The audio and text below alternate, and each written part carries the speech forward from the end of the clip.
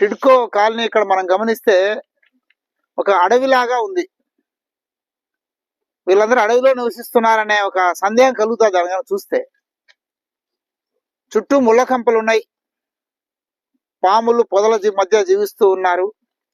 ఆ రకం మొదట మున్సిపల్ అధికారులు నేను కోరేదేమనంటే, ఈ ముళ్ళ పొదలను తొలగించండి, పాముల నుంచి ఇతర ఈ వీటి నుంచి కాపాడండి.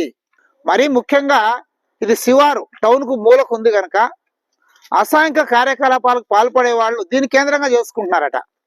ఇక్కడ ఉండే వాళ్ళు భయపడుతున్నారు వాళ్ళ వల్ల, తాగడము ఇతర అక్రమ కార్యకలాపాలకు కేంద్రంగా మారుతుంది. అందుకని ఒక పోలీస్ నిఘా ఉండాలి. మేము సిపిఎం పార్టీ కోరుతున్నాం, ఒక అవుట్ పోస్ట్ ఇక్కడ ఏర్పాటు చేయండి, ప్రజలకు భద్రత కల్పించండి. చాలా ఖర్చు పెట్టి ప్రభుత్వం బిల్డింగ్ కట్టింది, కానీ ఆ డబ్బులు వృధా అవుతున్నాయి. అందుకని టిడ్కో ఇల్లు ఎవరైతే లబ్ధిదారులు ఉన్నారో మొత్తం లబ్ధిదారులందరికీ టిడ్కో ఇల్లు కేటాయించాలి.